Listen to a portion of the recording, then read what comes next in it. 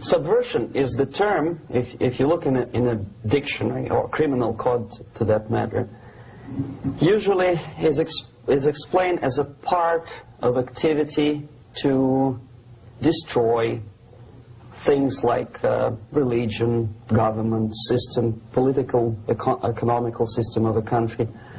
And usually it's linked to espionage and such romantic things as blowing up bridges, sidetracking trains, cloak and dagger activity in Hollywood style. What I'm going to talk about now has absolutely nothing to do with the cliché of espionage or KGB activity of collecting information. So the greatest mistake or misconception, I think, is that whenever we are talking about KGB, for some strange reason, starting from Hollywood movie makers to professors of political science and quote-unquote experts on Soviet affairs, or Kremlinologists as they call themselves, they think that the most desirable thing for Andropov and the whole KGB is to steal blueprints of some supersonic jet, bring it back to Soviet Union and sell it to the Soviet military-industrial complex. It's only partly true. If we take the whole time, money, and manpower that the Soviet Union and KGB in particular spends outside of USSR border, we will discover, of course there are no official statistics unlike with CIA or FBI, that the espionage as such occupies only 10 to 15% of money, time, and manpower. 15% of the activity of KGB. The rest, 85%, is always subversion. And unlike a dictionary of English, Oxford Dictionary, subversion in Soviet terminology means always a destructive, aggressive activity aimed to destroy the country, nation, or geographical area of your enemy. So there's no romantics in there, absolutely. No blowing up bridges, no microfilms in Coca-Cola cans, nothing of that sort. No James Bond nonsense. It's most of this activity is overt, legitimate, and easily observable if you give yourself time and trouble to observe it. But according to the law and law enforcement systems of the Western civilization, it's not a crime. Exactly because of misconception, manipulation of terms. We think that subverter is a person who is going to blow up our beautiful bridges. No. Subverter is a student who comes for exchange, a diplomat, an actor, an artist, a journalist like myself was 10 years ago. Now, subversion is an activity which is a two-way traffic. You cannot subvert an enemy which doesn't want to be subverted. If you know history of Japan, for example, before 20th century, Japan was a closed society. The moment a foreign boat comes to the shores of Japan, the Imperial Japanese Army politely tells them to get lost. And if American salesman comes to the shore of Japan, let's say 60 or 70 years from now back, and says, oh, I have a very beautiful vacuum cleaner for you, with the good financing, he says, please leave us, we don't need your vacuum cleaner. If they don't leave, they shoot them to preserve their culture, ideology, traditions, values intact. You were not able to subvert Japan. You cannot subvert Soviet Union because the borders are closed. The media is censored by the government. The population is controlled by the KGB and internal police. With all the beautiful glossy pictures of Time magazine and Magazine America, which is published by the American embassy in Moscow, you cannot subvert Soviet citizens because the magazine never reaches Soviet citizens. It's collected from the newsstands and thrown to garbage can. Subversion can be only successful when the initiator, the actor, the agent of subversion has a responsive target. It's a two-way traffic. United States is a receptive target of subversion.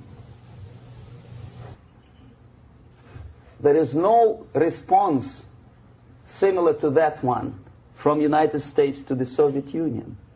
It stops halfway somewhere. It never reaches here. The theory of subversion goes all the way back 2,500 years ago. The first human being who formulated the tactics of subversion was a Chinese philosopher by the name of Sun Tzu.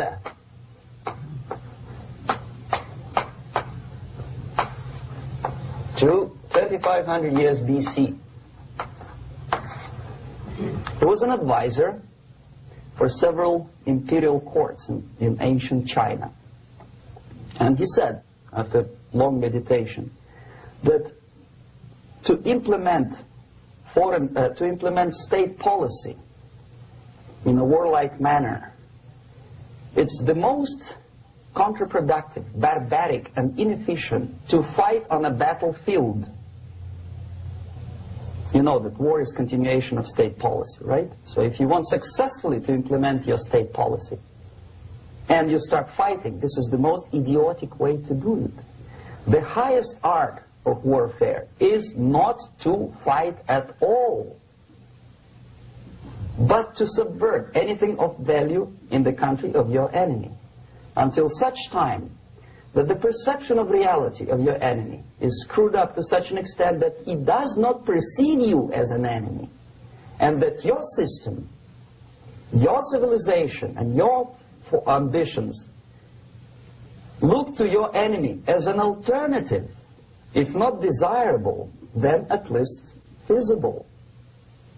Better red than dead. That's the ultimate purpose, the final stage of subversion, after which you can simply take your enemy without a single shot being fired, if the subversion is successful. This is basically what subversion is. As you see, not a single mentioning of blowing up bridges. Of course, Sun Tzu didn't know about blowing up bridges. Maybe there were not that many bridges at that time. But the basics of subversion is being taught to every student of KGB school in USSR and to officers of military academies. I'm not sure if the same author is included in the list of reading for American officers, to say nothing about ordinary students of political science. I had difficulty to find the translation of Sun Tzu in a library of a university in Toronto and later on here in Los Angeles. But it's a book which is not available. It is forced to every student in USSR.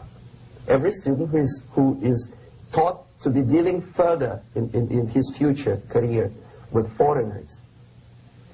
What subversion is? Basically, it consists of 4 periods, time-wise. If we start from here and go this way, time, right? This is the beginning point. The first stage of subversion is the process which is called, basically, demoralization. It says for itself what it is.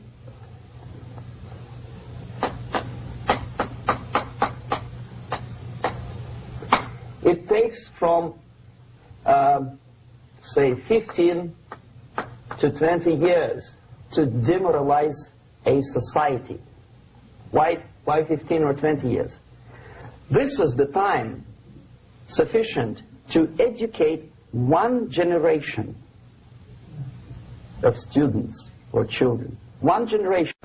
One lifetime span of a person, a human being, which is dedicated to study, to shaping up the outlook, ideology, personality. No more, no less. Usually it takes from 15 to 20 years.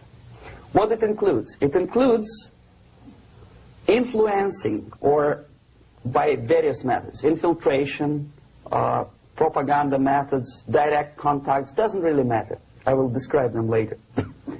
Of various areas where public opinion is formulated or shaped: religion, educational system, social life, administration, law enforcement system, military, of course, and labor and employer relations, economy.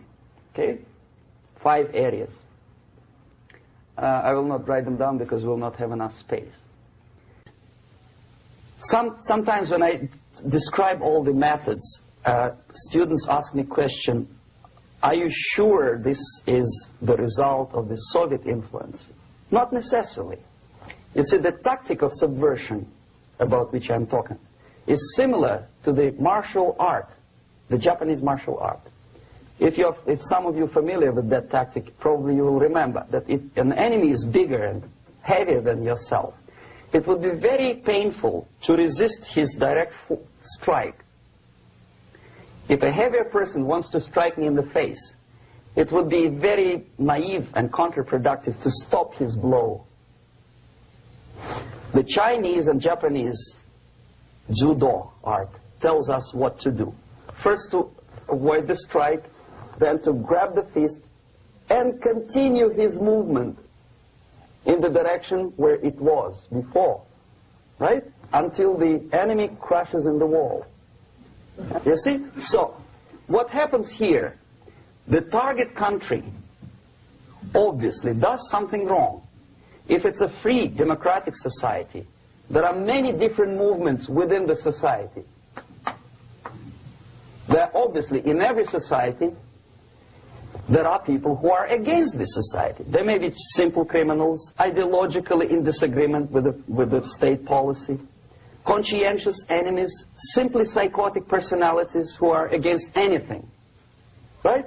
And finally, there are a small group of agents of a foreign nation, bought, subverted, recruited. Right?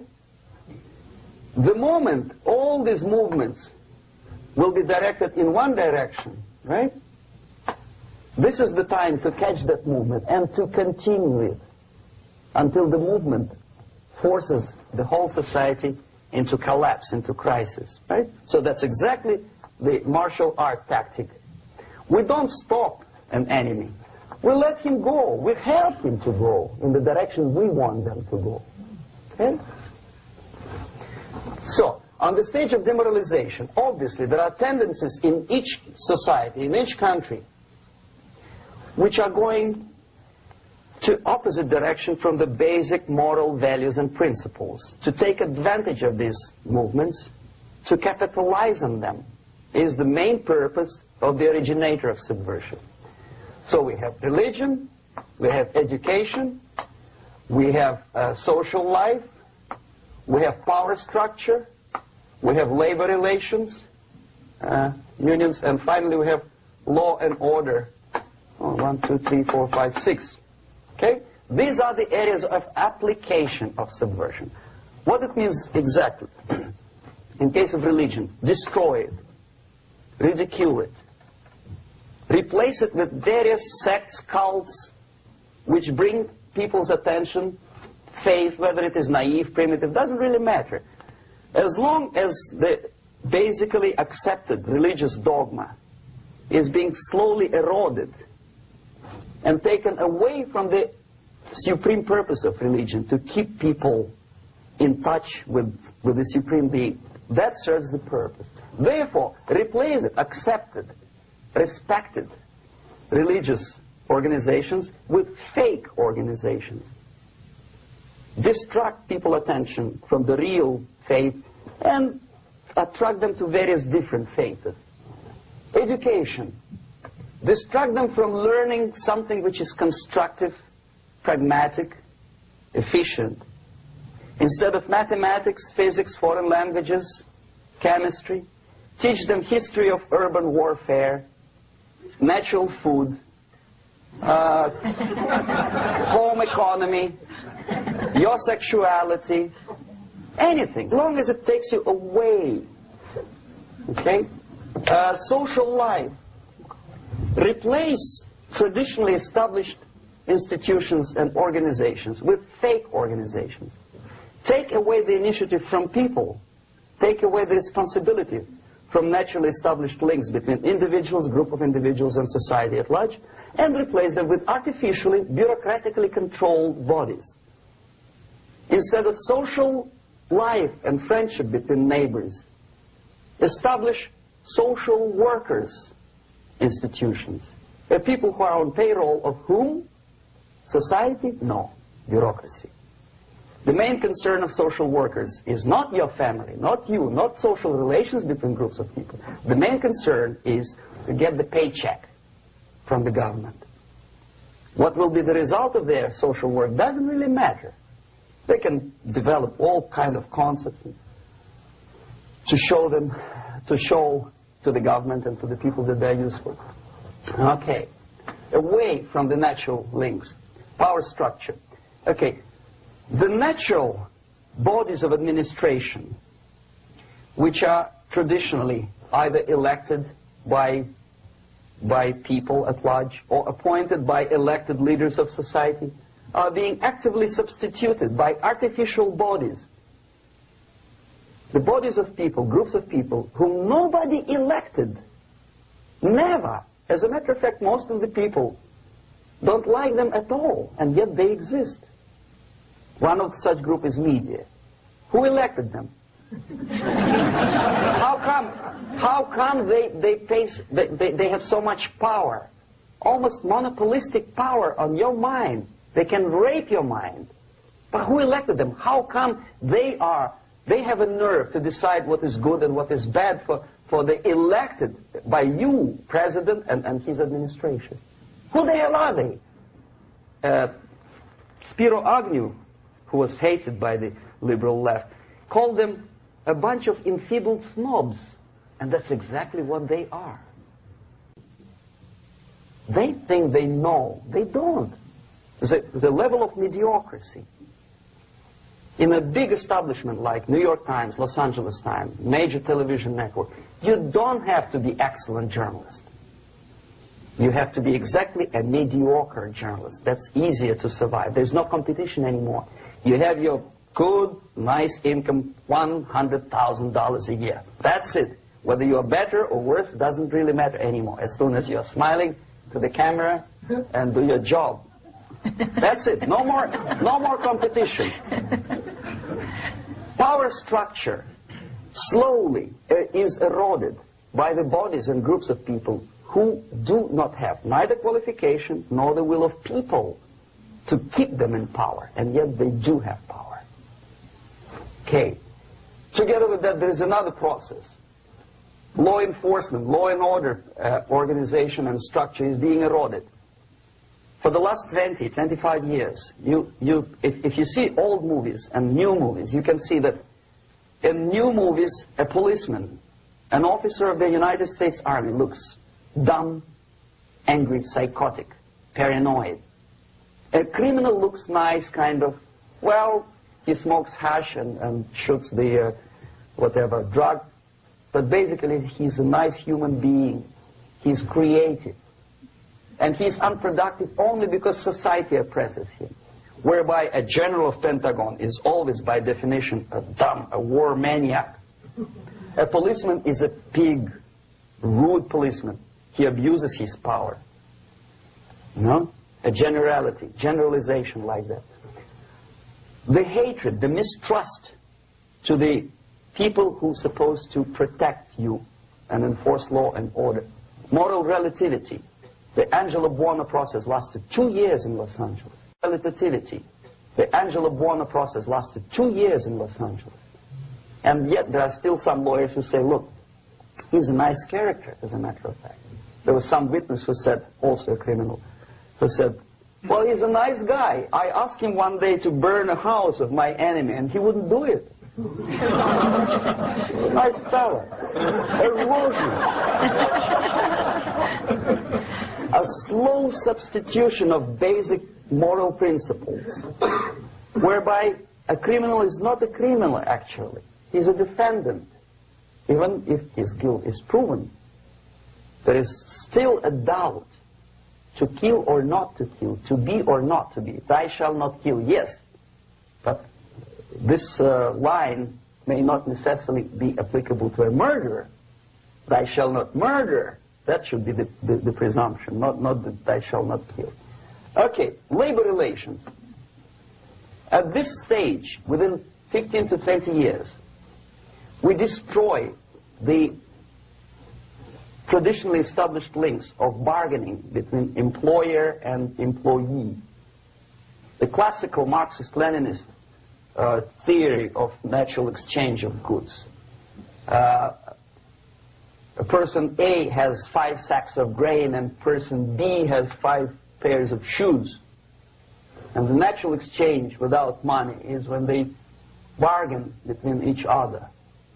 And only with the introduction of the third force, C, an entirely third foreign stranger who says, no, don't give him 5 sacks of grain, give it to me, and you give me your 5 pairs of shoes, and I will distribute it accordingly, so that the economy will go. This is the death of natural exchange, death of natural bargaining. Well, trade unions were established 100 years ago. The objective was to improve working conditions and to protect the rights of workers from those employers who were abusing their right because they had more money. Objectively, at that time, initially, the trade union movement did work. What we see now is that the bargaining process is no longer resulting in the compromise, which is leading objectively to betterment of working conditions and increase of salary. What we see is that after each prolonged strike, the workers lose. Even if they have 10% increase of their salaries, they cannot catch up due to inflation and due to missed time. More than that, millions of people suffer from that strike because economy now is interdependent. It's intertwined like one body.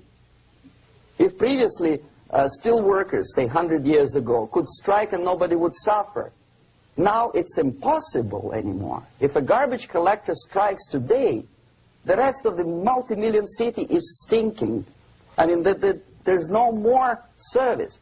In Quebec, for example, we had the electricians who were on strike in the middle of winter. You can freeze your bottom, and they still were on strike. Did they catch up with the salary? No, they lost. Who benefited? The leaders of trade unions. What is the motivation for strike? Improving of a workers' condition? No, obviously it's not. Then what is it? Ideology. To prove to these capitalists. And the obedient horde of workers, like sheep, follow these people. And they cannot disobey. Why? Because if they do, you know what happens to them. Pickets, murders, shooting truck drivers by picketers. In Montreal, for example, I saw with my own eyes when I was correspondent of CBC International, Canadian Broadcasting Corporation, when the workers of aircraft factory destroyed computers and the equipment in the factory. And the administration employed strike breakers. Their cars were turned upside down and burned. Their houses were burned. Their kids were intimidated. And some victims were there. Of that you can be sure. Why? To improve conditions of workers? No. Ideology. Okay, so this is what happens basically. It may or may not happen without the help of the Soviet Union. But the natural tendencies are being greatly taken advantage of and capitalized by the Soviet propaganda systems. How? Whenever trade union strikes, we have influx of propaganda, mass media, ideological dissemination. The workers' right, and we repeat it like parrots. Yes, workers' right. Whose rights? Workers? No.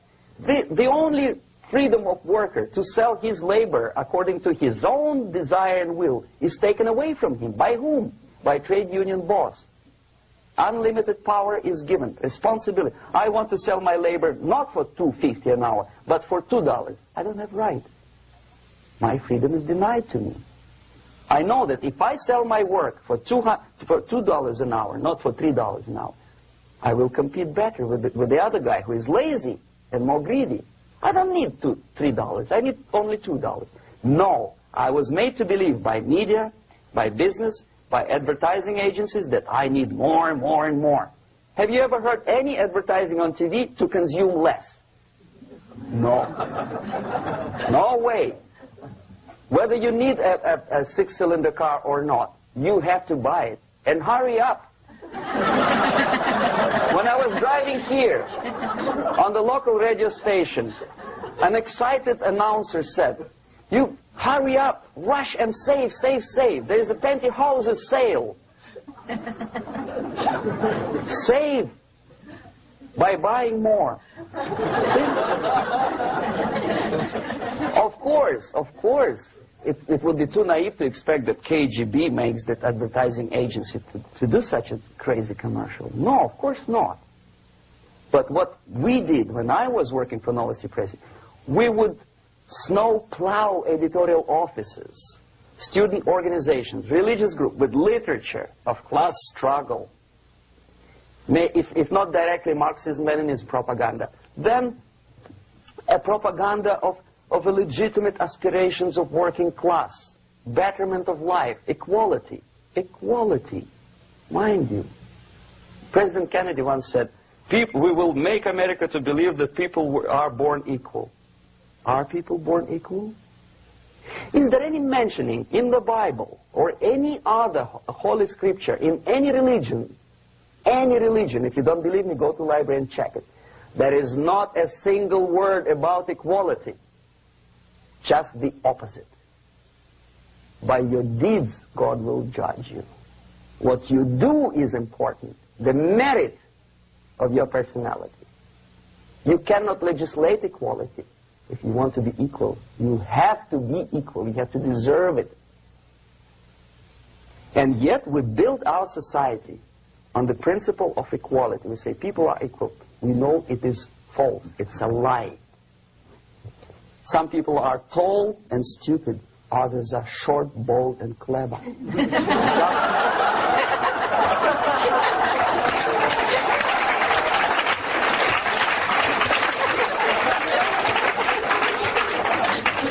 If we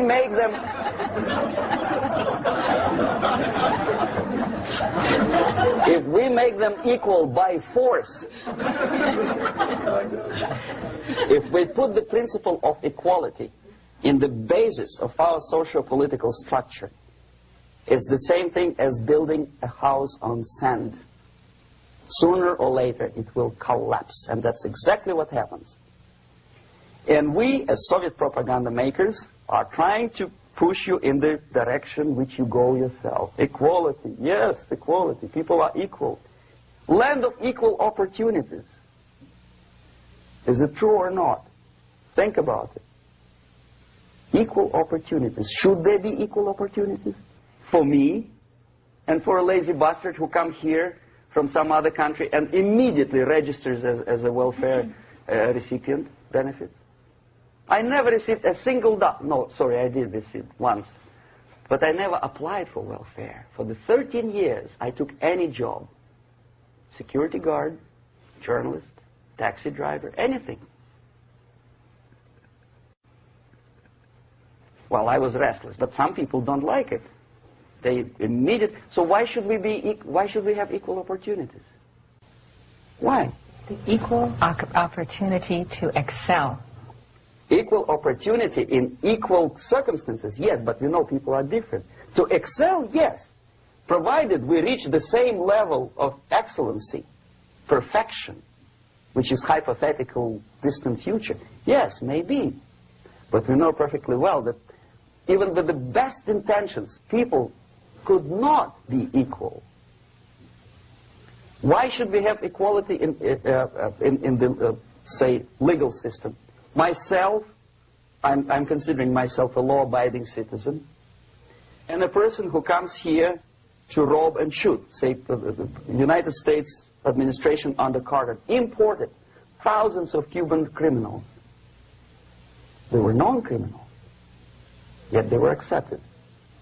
Do you think it's fair if myself and my wife from Philippines, who work like a, excuse me, horse as a lab technician in a hospital, should have the same rights as a criminal from Cuba? Why? And yet we repeat as parrots, equality, equality, equality. And the Soviet propaganda system helps us to believe that equality is something which is desirable. Democracy, as it was established by fathers of this country, of this system in the last century, is not equality. It's the system where different people, unequal people, have a chance to survive and help each other in constant competition, in constant perfection. Not inequality, which is superimposed from a godfather or a nice person in Washington, D.C. And the absolute equality exists in Soviet Union, quote-unquote equality. Everybody is equal in dirt, except some people are more equal than the others in Politburo. So, the moment you bring a country to the point of almost total demoralization, when nothing works anymore, when you are not sure whether it is right or wrong, good and bad, but there's no division between evil and good, when even the leaders of church sometimes say, well, violence for the sake of justice, especially social justice, is justified in the countries like Nicaragua, El Salvador, well, maybe Rhodesia, and we listen to them and say, yeah, probably it's true. Is it true? No, it is not true. Violence is not justified, especially for the sake of quote-unquote social justice introduced by Marxist-Leninists. That is my former colleagues from Novosti Press Agency. Okay, so we reach that point. The next step is destabilization.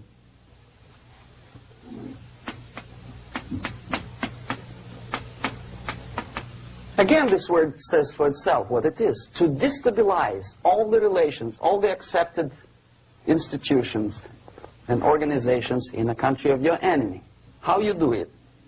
You don't have to send a battalion of KGB agents to blow up bridges. No. You let them do it themselves. The area of application is, again, it's narrower now. Not like the previous case.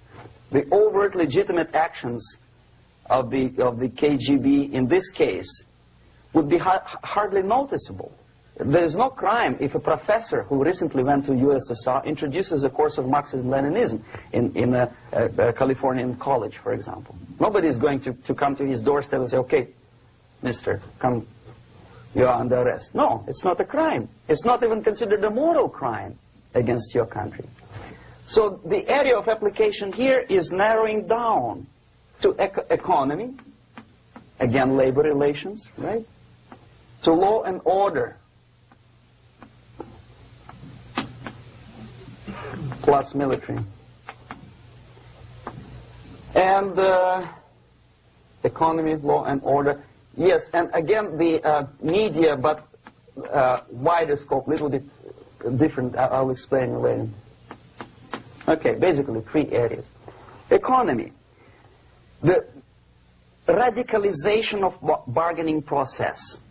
If on that stage we still could achieve, theoretically, some positive compromise between the negotiating sides with say, the arbitrary, introduction of arbitrary judges, a third side, objectively judging the demands of both sides. Here it's radicalization.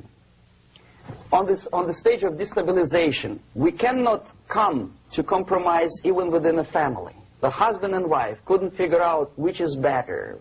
Husband wants his kids to eat at the table, and wife wants a child to roam around the room and drop food all over the floor. They cannot come to compromise unless they start a fight.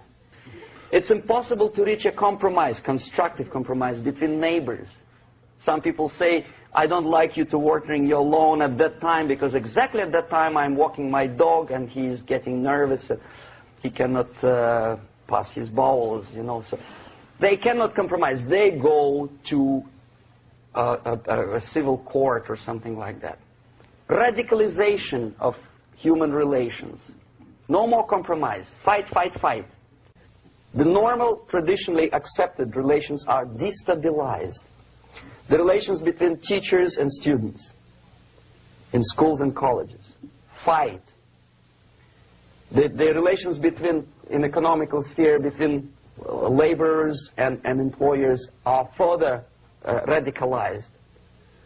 No more acceptance of the legitimacy of demands of workers. Unlike Japanese, with the theory Z, if you ever heard about it, where the workers are involved in the decision-making process, therefore they don't have moral incentive to fight their bosses. In the United States, it's just the opposite. The harder is the fight, the better. The more heroic they look. When the Greyhound network was on strike recently, the correspondents of local TV networks all over the United States were approaching the strikers, and they say, oh yes, we are doing something nice. They look like heroes, and they were proud. There was some family, the husband was a bus driver. Now they decided in a protest against the bosses to camp somewhere in the forest. And they were presented to the audience as a heroic, nice people. You see? The violent clashes between passengers, picketers, and the strikers are presented as something normal. 10, 15, 20 years ago, we would be angry, say, why so much hatred? Today we are not. We say, well, it's commonplace. Radicalization, militarization sometimes. As I explained on that stage, I took a step a little bit further. Shooting people. Okay, law and order now also is pushed into the area where previously people settled their differences peacefully and legitimately.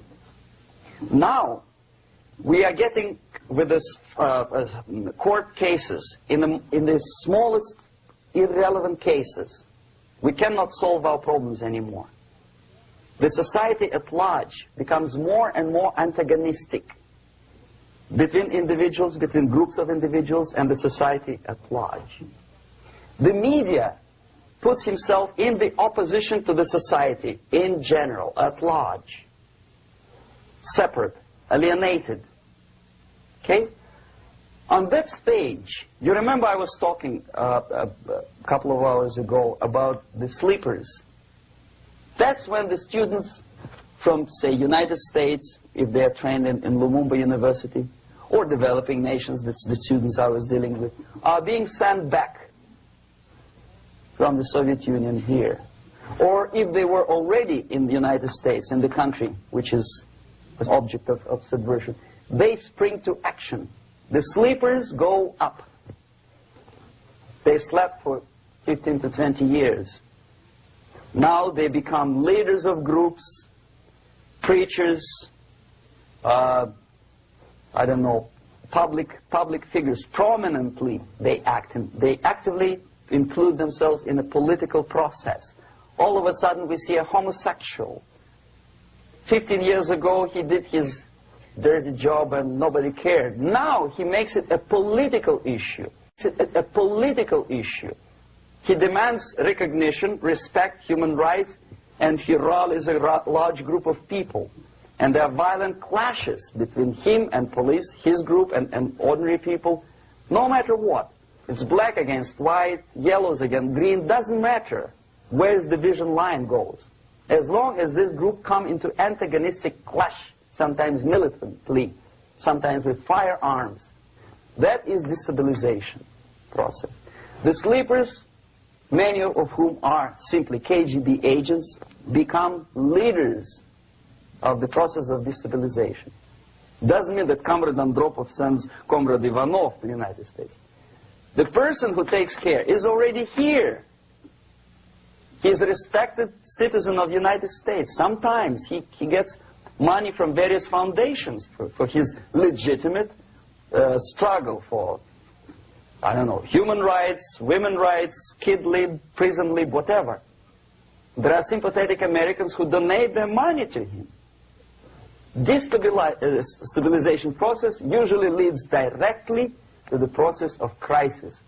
In case of developing nations, that's the area where I was active. The process starts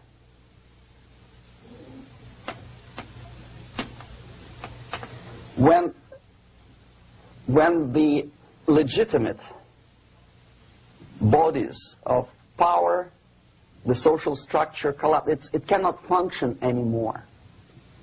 So instead, we have artificial body injected into society, such as non-elected committees. You remember I was talking about them here. Social workers who are not elected by people, media who are self-appointed rulers of your opinion, some strange groups which claim that they know how to lead society forward. They don't usually. All they care is how to collect donations and sell their own concocted ideology, mixture of religion and ideology. Here, we have all this artificial body claiming power. If the power is denied to them, they take it by force. In case of Iran, for example, all of a sudden we have revolutionary committees. What kind of revolution? There was no revolution yet, and yet they had the committees. They were taking power of judgment. They had the power of execution, they had the power of legislation, and that they had the power of judicial. All of them combined in one person, who is half-baked intellectual, sometimes graduated from Harvard University or Berkeley. He comes back to his country and he thinks that he knows the answer to all the social, economical problems. Okay? Crisis is when society cannot function any more productively. It collapses, obviously. That's the word for crisis. So therefore, the population at large is looking for a savior. The religious groups are expecting a messiah to come. The workers say, we have family to feed. Let's have a strong government, maybe socialist government, centralized. When somebody put the employers on their place and let us work. We are sick and tired of going to strike and missing overtime and all that stuff. We need some strong man, strong government, a leader, a savior is needed. Population is sick and tired already. And here we are. We have a savior. Either a foreign nation comes in, or the local group of leftists, Marxists, no matter what they call themselves, Sandinista, a reverend or some sort, Bishop Muzurela, like in Zimbabwe, doesn't matter. A savior comes and says, I will lead you. So we have two alternatives here. Civil war, an invasion. Okay? See how it goes? Civil war, we know what it is. Lebanon is the best example. The civil war, which was artificially implanted in Lebanon by injection of force of PLO, Palestinian Liberation Organization. Invasion we have in many other countries like Afghanistan, name any East European country, it was invaded by the Soviet army. But the result is the same. The next stage is normalization. Normalization is a very ironic word, of course. It is borrowed from 1968 situation in Czechoslovakia, when the Soviet propaganda and after them New York Times declared the country is normalized. The tanks moved into Prague, so there's no more Prague Spring, there's no more violence. Normalization. At that stage, the self-appointed rulers of the society don't need any revolution anymore. They don't need any radicalism anymore. So this is the reverse from destabilization. Basically, it is stabilizing the country by force. So all the sleepers and activists and social workers and liberals and homosexuals and professors and Marxists and Leninists are being eliminated physically sometimes. They've done their job already. Okay? They are not needed anymore. The new rulers need stability to exploit the nation, to exploit the country, to take advantages of the victory. Okay? So no more revolutionaries, please. And that's exactly what happens in a number of countries. You remember Bangladesh? This is the crisis in which I was instrumental. First they had Mujibur Rahman. In 1971, he was the leader of People's Party, Awami League, with mustache like Stalin. He was in Russia many times. In 5 years, he was shot by his former colleagues, Marxists. He fulfilled his function. In Afghanistan, it happened 3 times. First there was Taraki, then there was Amin, now there's Babrak Karmal. They killed each other successively, one after another. The moment he fulfills his duty, the first one demoralized country, the second destabilized, the third one brought it to crisis. Goodbye, comrades. Babrak Karmal comes from Moscow and put into the seat of power. Same thing happened in Grenada recently. Maurice Bishop, Marxist, was killed by Austin, what's his name, General something, who was also a Marxist. Right? So no more revolutions, please. Normalization now. From now on, no more strikes, no more homosexuals, no more women lib, no more kid lib, no more lib, period. Good, solid, democratic, proletarian freedom. That's it.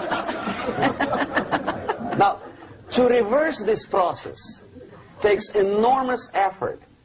When today, United States had to invade Grenada to reverse the process of subversion. Some people say, boy, this is not good, it's not kosher to invade the beautiful country, island of Grenada. Well, why didn't you stop the process here, when Grenada was just approached by leftists? Why not to prevent Maurice Bishop to come in power in the first place? Did Grenadians want him? Very questionable. They didn't know who was Maurice Bishop in the first place. He came to power by coup d'etat himself. Okay? No, we let the situation develop further and further and further until the crisis and normalization very soon. And then the United States decided to invade country, discovering that the country was absolutely a military base for the Soviet Union.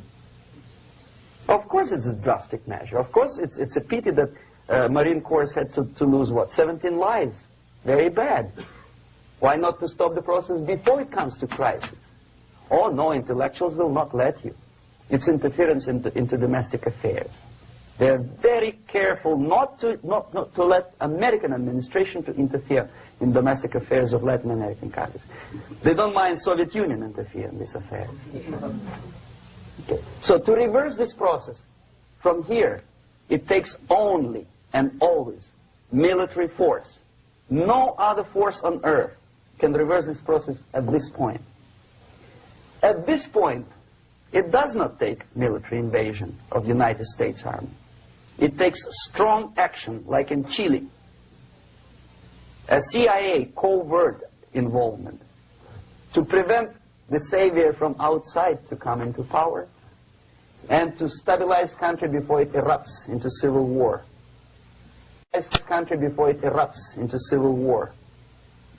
Okay? Support the right-wing conservative forces. By money, by crooks or love, doesn't matter. Stabilize the country. Don't let the crisis develop into civil war or invasion. Oh no, your liberals will say it's against the law. The Congress will not appropriate money for covert actions of CIA. Why not? Should we wait till the normalization come and Soviet tanks land in Los Angeles airport? Now, at that point, at the point of destabilization, also the process could be reversed. Again, easily than this. No CIA involvement at this point. You know what it takes here? Restriction of some liberties for small groups which are self-declared enemies of the society. As simple as that. Oh no, the media and liberals will tell you this is against the American Constitution. How can we by force deny the civil rights to criminals, for example. It's not good. Okay? So we allow them to...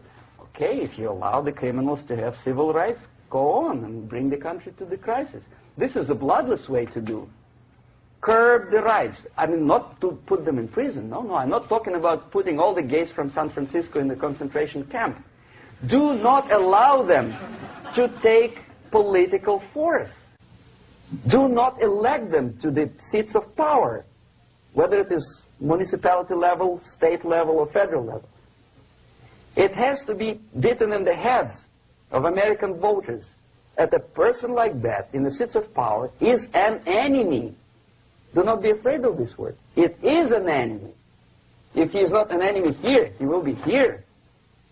Later on, he will be shot, of course. But at this point, he is an enemy. Okay? You are doing great service by denying him a right to capitalize on his own crazy ideas and become a powerful man, a man who uses the seat of power. Restriction of certain freedoms and permissiveness at that point would prevent sliding into crisis and probably will return the process of destabilization. To curb unlimited power, monopolistic power of trade unions, here, at that point, would save economy from collapsing. To introduce a law to stop private companies of raping public opinion's mind in the direction of consumerism. No company must have a right to force you into buying more unless you want it. There must be a law. You want to advertise your car? Okay. But not a single mentioning of buying it now and saving money.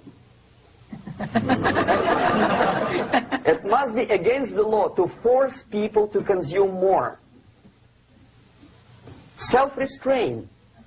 Previously, before this process started, the self-restraint was a business of church, religion. Because our preachers, the fathers of church, would tell us, material values are good, but it's not the prime function of human being.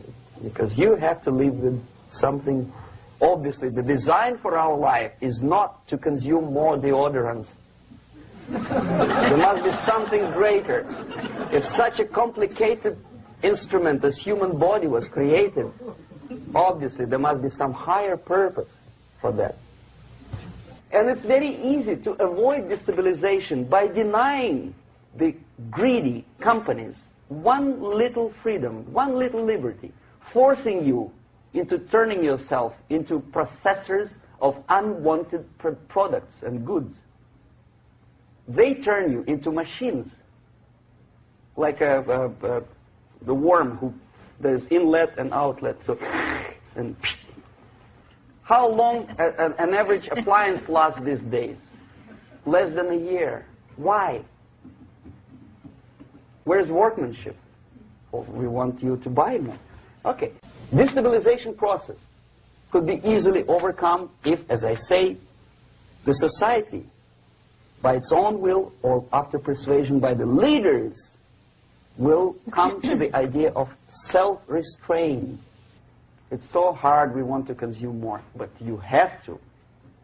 Unless you will come to this stage, when, as we say in Russia, if Sahara Desert ever becomes a communist state, there will be shortage of sand. So you have to curb your... You have to curb your expectations at this point before it's too late. But no, we don't want to do it. Demoralization process. Again, it's the easiest thing to reverse. First of all, by restricting import of propaganda. The easiest thing to do. Unlimited, unrestrained import of Soviet literature, Soviet journalists, giving Soviet propaganda and ideological agitators equal time on American TV networks. It has to be stopped. And it's easy. They won't be offended, mind you. As a matter of fact, they will respect America more. But when my former colleague Vladimir Posner appears on Nightline and Ted Compl asks him, well, Vladimir, what do you think about this? And what can he think? He is an instrument of propaganda. He thinks what Comrade Andropov tells him to think.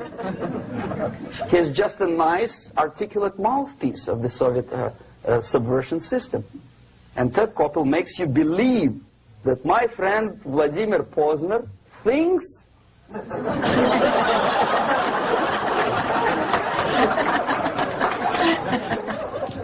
the process of demoralization may not have started at all if at that point the country, which is a recipient of subversion, actively, not violently, but actively, prevents importation of foreign ideology.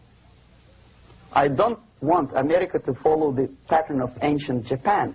You don't have to shoot every foreigner when it approaches the sacred borders of the United States. But when he offers you a junk in the disguise of very shiny something, you have to tell him, no, we have our own junk.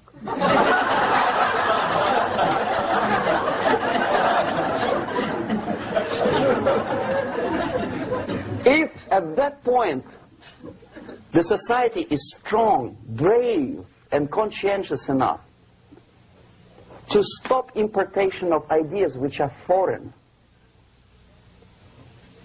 then the whole chain of events could be prevented. Recently I've been to the Philippines, and I was shocked how in big cities like Manila, children listen to deafening music. A melodious nation with long traditions of good, nice ethnic music, introduced by Spanish long time ago, maybe 2 centuries, 3 centuries ago, I don't remember how.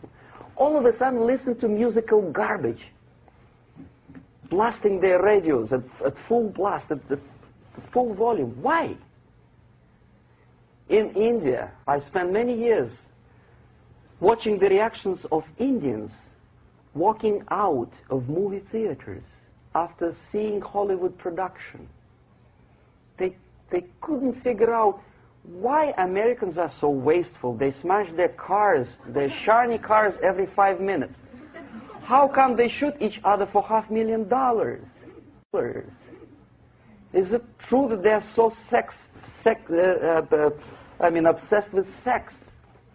Can you imagine showing a movie where each 5 minutes there's a copulation on the screen to a country like India with long tradition of respect to these private matters, or to Pakistan?